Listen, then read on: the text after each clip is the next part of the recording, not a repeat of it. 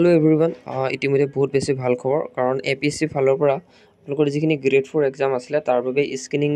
screening টেষ্টৰ কাৰণে আপোনালোকক উল্লেখ কৰি দিছে তো আপোনালোকৰ এগ্জামটো হ'ব 4 জানুৱাৰী 2026 ত সো গতিকে বহুত বেছি ভাল খবৰ বহুতে সুধি আছিল যেহেতু এগ্জাম কেতিয়া হ'ব আৰু আমিও কৈছিলো যে ডিসেম্বৰত এগ্জামটো হ'ব বুলি সো ফাইনালি আপোনালোকৰ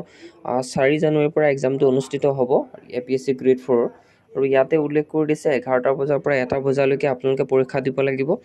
আৰু লগতে ইয়াতে এটা কথা যে আমি এডমিট কাৰ্ডটো কেতিয়াৰ পৰা ডাউনলোড কৰিব পাৰিম সেই বিষয়লৈ ক'লে বহুত বেছি ভাল হ'ব সো গতিকে মই সেইখিনি আপোনালোকক জনাই দিছো আপোনালোকে এডমিট কাৰ্ড ডাউনলোড কৰিব পাৰিব 26 তাৰিখৰ পৰা অৰ্থাৎ ডিসেম্বৰ যেটো 26 তাৰিখ হ'ব ডিসেম্বৰ 26 তাৰিখৰ পৰা আপোনালোকে এডমিট কাৰ্ড ডাউনলোড কৰিব পাৰিব আৰু 4 তাৰিখ অৰ্থাৎ যেহেতু 2026 ৰ